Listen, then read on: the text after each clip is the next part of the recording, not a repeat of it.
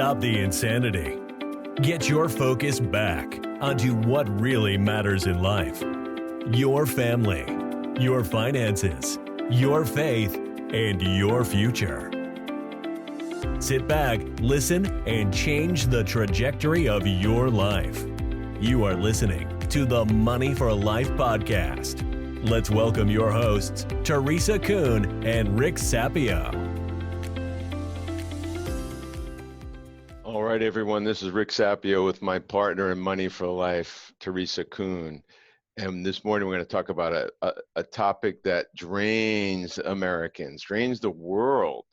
It's the topic of happiness versus fulfillment. And I've watched you over the years, and you've got a full life. You've got two businesses, one with your husband and son, one with you and your partners. You've got this with me. You've got a lot going on, but you always seem to be fulfilled.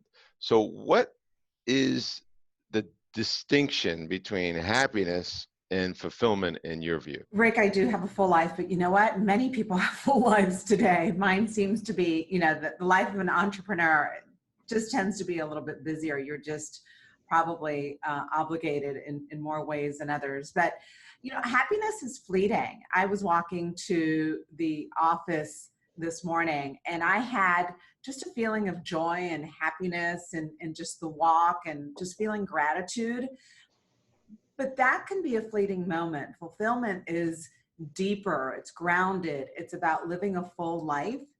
And it's much, much more than just chasing happiness. And I want to talk about happiness just, with the four areas that we talk about: faith, family, finance, future. And happiness and faith. Is there such a thing as happiness and faith, right? Don't people lose their faith in different times in their life? If they were chasing happiness, does that connect with faith? Is faith about happiness?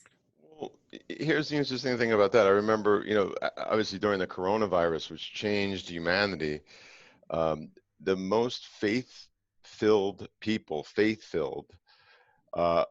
seemed to get through it a lot better because, you think about human nature. I know the French Revolution wasn't only about religion and God, but one of the things that I saw when I read about the history of Americans, our founding fathers wanted God to be part of our country, and God we trust. And what that means is that God is higher than us, is more powerful than us. It almost makes us more humble as human beings. If we think we're God, or media is God, or news is God, right?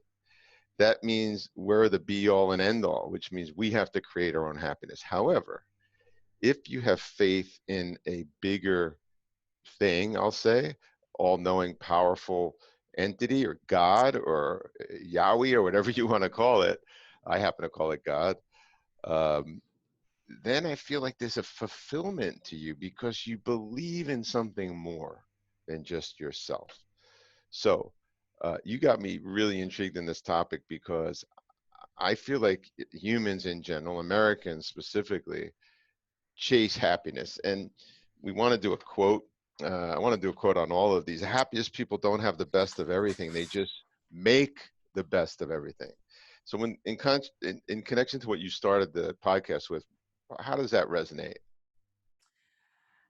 Well, you met with a trainer not too long ago, and it was somebody you trained with who actually works with a good friend of yours on 3, 4, 5 times a week.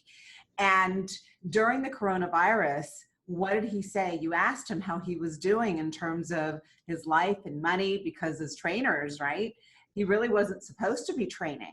There was the whole social distancing and you're not supposed to work out with your clients, et cetera. And what did he say to you, Rick? Yeah, it was interesting to, watch most of America who was terrorized during this whole thing. And he was happy. He goes, hey, while everybody's sleeping, I'm picking up clients. I set up a home gym to work people out. When people are sleeping, that's when we are awake. and he had this just beaming look for the whole time. I mean, the guy was incredibly happy. He said something really interesting. So he said, yeah, I was talking about first world problems, money and business and everything else. And he said, I'm the happiest I could ever be with my wife and my kids because I've never had money. So, that was one of the things he said, among many others. And nothing So, changed for him. He didn't have money before the pandemic. He didn't have money during, and he just wasn't worried about the things that, so many people are worried about, right? Losing their real estate, losing their businesses, losing their, health is a huge issue, and losing your family would be a huge issue. But, he felt really, nothing had changed for him. That was beautiful. And boy, is that grounding, right? yep. So let's uncork this a little bit. So he has a very fulfilled life.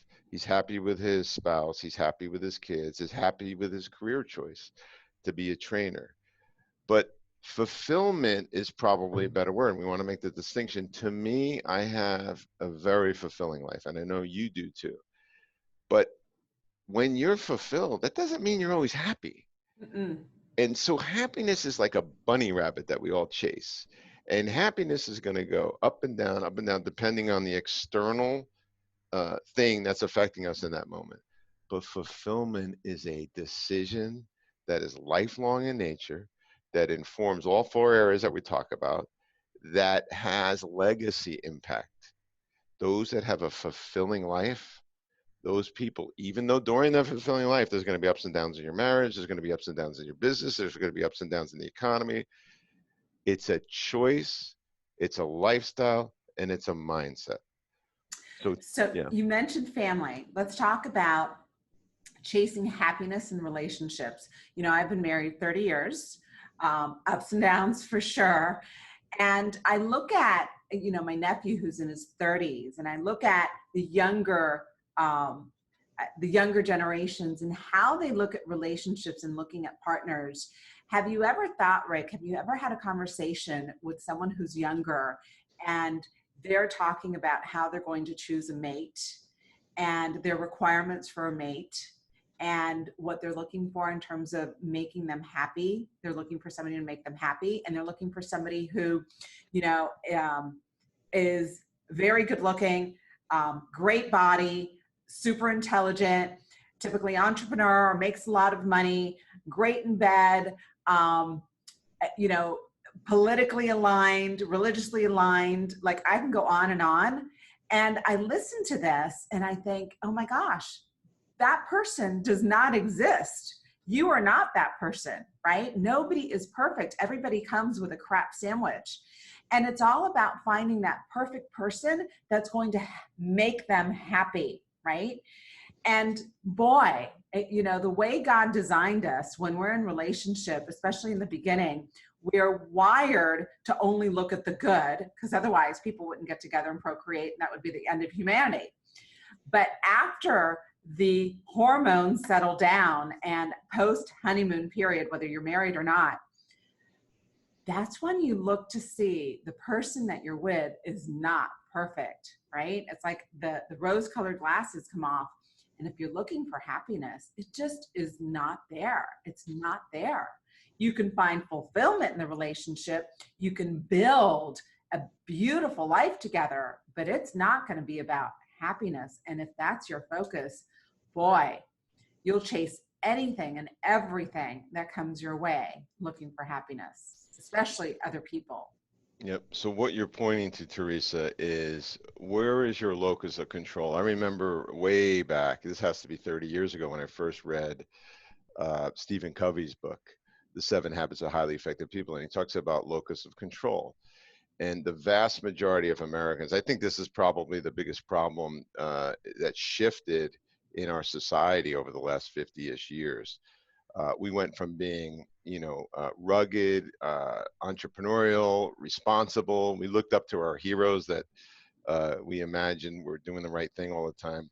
We went from that, center of gravity as a culture to this victimhood culture. And what happened is our locus of control went from an internal locus of control, meaning I control how I feel. I control the values that I'm going to express. I control my work ethic and all of that, to an external locus of control. Locus of control is, what is the media telling me? What is pop culture telling me to do? What is my social media likes and dislikes telling me what to do? And so that shift from an internal to an external locus of control shifted our sensibilities as a nation, in my belief. Overall, I'm speaking in generalities, from a fulfilled culture or fulfilled citizenship to a happiness chasing citizenship. And that chase comes from what? Drugs, alcohol, sex. Did my husband or wife tell me something nice today? We're waiting for external things to happen that we get to judge. Judging's a whole nother topic. And it's horrible, I think. What happens then is, if you're waiting for an external locus of control, you then start thinking, well, what drug do I need as an external locus of control? And I tell the story often about my niece, who, I couldn't believe it, that we were on a plane to Europe once, a long time ago, and she had 11 drugs in her purse. She was in college. I go, why do you have 11 drugs in your purse? It's just like, well, this one puts me to bed at night. This one I take if I have anxiety. This one I take if I'm depressed. This one I take if I need more energy. This one I take to lose weight, blah, blah, blah. And she goes, all my friends have it. It's just easy. We just go to the clinic in our college. This is all an expression of what you're talking about, which is this new reality, which is destroying people, which is why we take billions of pills a year, which is sick. You can confirm that. Is we're looking for something else to provide happiness, when, you know what, nothing else is going to provide happiness. What you should be focused on is, how can I be fulfilled with myself, and fulfilled with my mate, and fulfilled with my career, and fulfilled in these four areas. So, Rick, why don't you discuss or chat a little bit about fulfillment in purpose and career? So there are people that choose or chase money, right? And they're chasing shiny objects. And you've got great conversation around that, chasing the shiny objects instead of finding your purpose and living within your purpose, which for me, that's about fulfillment. The chasing shiny objects is like chasing happiness, but living on purpose is a fulfilling life. And you've got a lot to say about this. Yeah, so I think all of us, when we come out of the chute, when we're born, we have a couple of things that are in our DNA, if you want to think about it from this perspective. And that is, what is our overriding value? For me, it's simplicity. It's why on these podcasts we talk about simplicity, probability, and leverage, which we've done a whole podcast on. And then I have other values, but everyone has an overriding value, and everyone has a purpose. And it's up to us as human beings to take the time to figure out what those two things are. And if the human being doesn't do that, which most people don't and won't, because they're getting pounded with Netflix and all this external stuff, if you're unwilling to take the time to find out your overriding purpose and your overriding value, those two things together, once you have that, from that point forward, you get to choose every moment. Am I doing something in alignment with my values and in alignment with my purpose? And if you are, the expression of your life will be so much more fulfilled. People will be attracted to you in your business. And so, yeah, I go back to the quotes that, we prepared. The happiest people don't have the best of everything. They just make the best of everything. And I would add to that if they're on purpose, i.e. their life is aligned with their purpose, and if they're honoring their values that they were born with, in my opinion, then they have no other choice than to make the best of everything, because they're living an aligned life. I have another one. Happiness is like a butterfly. The more you chase it, the more it will elude you. But if you pay attention to your values and your purpose, it will come and sit softly on your shoulder. That's interesting. So that butterfly or that bunny rabbit, whatever you want to call it, it's going to elude you until you live a life that's aligned with your values and your purpose. That's what this podcast is all about.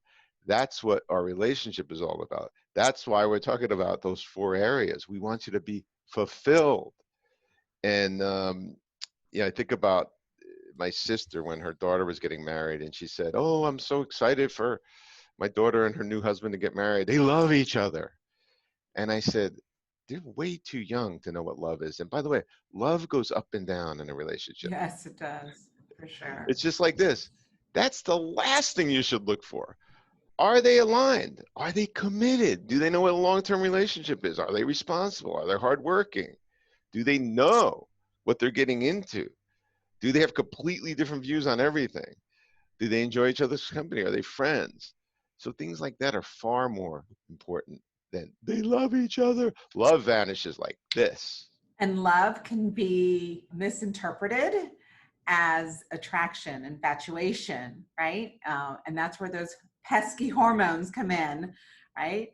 People are driven by hormones and not necessarily all the other things that you mentioned. And, I kind of teared up when you read that quote, happiness is like a butterfly. And this is a shout out to my mom, because growing up, we grew up with a ton of quotes, and our refrigerator was our bulletin board, and she would all the time put up all these quotes. And this reminded me that she probably had this quote up on the refrigerator, because this was a quote that I grew up with. And it's a beautiful quote. Happiness is like a butterfly.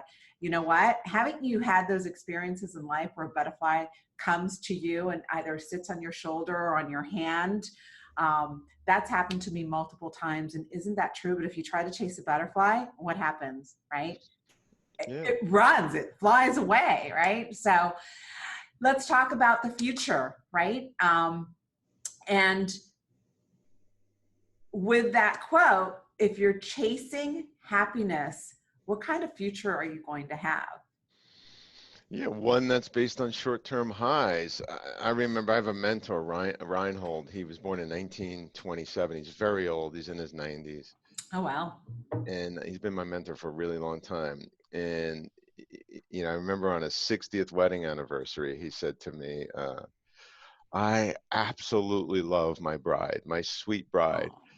and they are the best couple in the world." And I said, "Have you been happy the last 60 years?" He goes, "Are you kidding me? She drives me nuts." He goes, but That's so cute. but we are the most fulfilled married couple that you could possibly imagine because of the legacy we've left behind. Wow. And so marriage, you know, it's one of those things that if you look at marriage from the perspective of, am I happy today? Then every time you have a fight, you're going to be running for the exits. But if you look at the way Reinhold does, Reinhold had a vision, and he completely convinced me of this. And I know you know this too. When my wife and I got married, we created a little paragraph. Here's our marriage in 50 years. The year is 2056. We're sitting in our living room in our log cabin. Our great grandchildren are running around. We're sipping hot chocolate, and there's a fire going, and there's snow outside, and you have this image of where you're going to be in 50 years. And you could do this in your company too. And what happens is when you have a fight, you're not running for the exit because you have a crystal clear image of where you're going to be when you have fulfillment in the future. It's such a massive distinction. And I'll tell you what's destroying this. All these immediate bits of information like rats, got to get likes, got to get likes, got to get likes. People have to be popular, have to have the right picture. Rick, a secret to life is to understand the difference between happiness and fulfillment. And just having that acknowledgement, right, that we're not always going to be happy, but we can live a fulfilled life every single day, every moment of every day. You can feel fulfilled. That really is very encouraging, because life can be tough. What's that saying about problems? Don't ask God not to give you problems. Ask God to give you bigger problems to solve, right? We're always going to have problems. And solving the bigger problems will lead to a more fulfilled life. than just chasing happiness. Yeah, so I've been taught that the people who are better at solving problems are the people that have more fulfilled life, because you're just getting better and better and better at solving problems. But what happens is the people that avoid problems, right? Those are the people that are chasing happiness, because they're kind of avoiding, they never want to confront, and they're looking for happiness in the next high or the next Netflix series or the next, toxic relationship. So thank you so much for bringing this topic up and showing me the way. You are, a model of this. And I think one of the reasons why you're a model of this is, if you think about the hand that we talked about, you clearly live in your 5 priorities, and you don't venture outside of those. And that's why you're so fulfilled. But most people's lives are filled with crap. Well, Rick, you're always very kind and generous, and it's something I work towards. It's work in progress, but I've seen you very upfront, close and personal with your family, with your work. You absolutely strive towards this. You do a fantastic job, and you do such a wonderful job at articulating it and teaching it to people. And that is just, you're living on purpose by doing that. We're both living on purpose because we love sharing this information with people. And we're not coming from a place of perfection at all. It's just acknowledgement and awareness that this is the goal, right? This is what we want to strive towards and work towards every single day. So Thank you, Rick. You're welcome. So as with all of our episodes, our goal is to bring you into our lives so that you can have a more fully expressed life and more fulfillment in those 4 areas. So we want you to have a better relationship with your creator, a better family life. We want your finances to be rock solid, and we want you to have a fulfilling future so that you leave that legacy behind. Thank you for listening. You have just experienced Money for Life. Implement these strategies today and create a life by design. Have a blessed day.